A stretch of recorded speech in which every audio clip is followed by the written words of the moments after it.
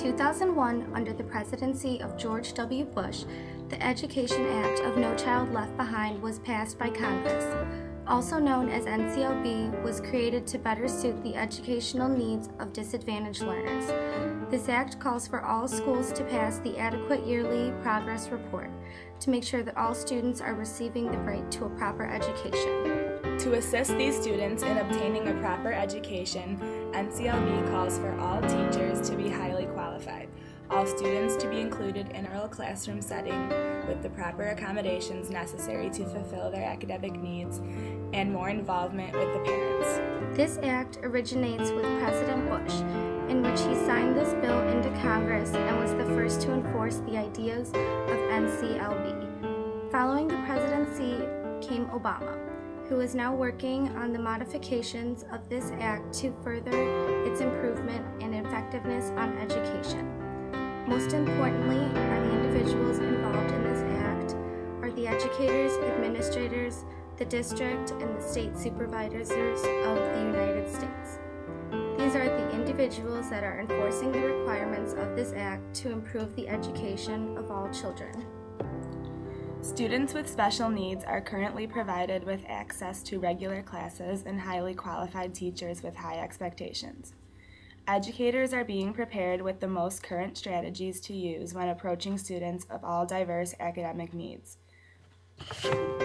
Along with this, a majority of students with disabilities are in general education classrooms and provided with accommodations to assist the learning needs. Although these aspects of NCLB are being fulfilled, there is still a majority of issues that are currently in revising.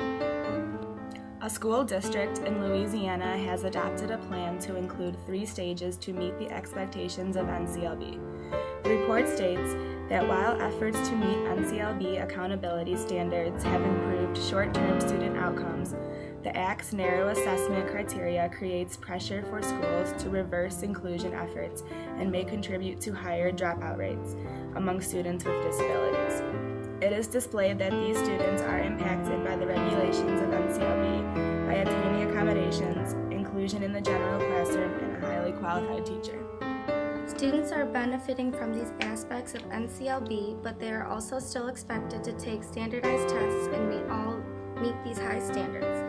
With this, many students are showing regression due to the negative impact of the standards set by NCLB. Only 1% of the students' population is allowed to take alternative assessments. Therefore, many more classified students are incapable of taking the state's tests effectively. Barack Obama has presented a plan regarding the reform of NCLB this past March, in which states, "This blueprint builds on the significant reforms already made in response to the American Recovery and Reinvestment Act of 2009, around 4 areas. 1. Improving teacher and principal effectiveness. 2. Providing information to families to help them evaluate and improve their children's schools. 3. Implementing college and career-ready standards. And 4. Improving student learning and achievement in America's lowest performing schools by providing intensive support and effective interventions." The Obama administration has shown that with these provisions in the education system, students will be provided with more funding, which is currently handling complications due to the economy. Without this funding, teachers and principals will still be able to access research and findings of new ways to teach the variety of students.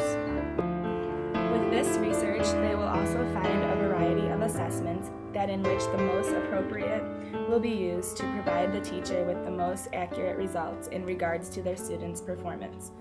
Enforcing the principles of universal design for learning will satisfy the majority of NCLB requirements by meeting individual needs of students to increase their levels of performance. After researching NCLB, we began to question the involvement of special needs students and how they are included. After learning about the different learning styles in class and the variety of methods and strategies provided to meet these individuals' needs, provoking our questioning towards With further research on NCLB and the requirements that are stated, We found the issues within the subject quite interesting. With our prior knowledge of the possible ways to approach the different learning styles and a large variety of these individuals, we wanted to see how these ideas were included in the government's ramification within the education system. Some of the pros we have found on NCLB and special needs students are that the most positive effect that NCLB has on special needs students is that students with disabilities count as a part of the assessment system. Another one is that test scores have been increasing since 2002 when NCLB was put into effect. The test scores of minority students have increased the most.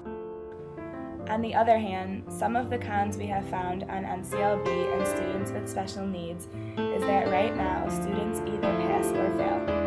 We need a different system that values learning and growth over time. Also, NCLB testing has led to a larger number of students with disabilities dropping out of school.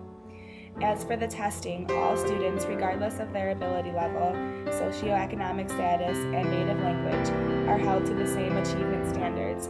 Only students with severe physical or mental disabilities are not held to the same achievement level. In our point of view, we believe that the intentions of NCLB have the potential to benefit education among diverse learners. Although, in order to affect special needs students, multiple provisions must be made to this plan in order for students with disabilities to learn and test to their fullest potential.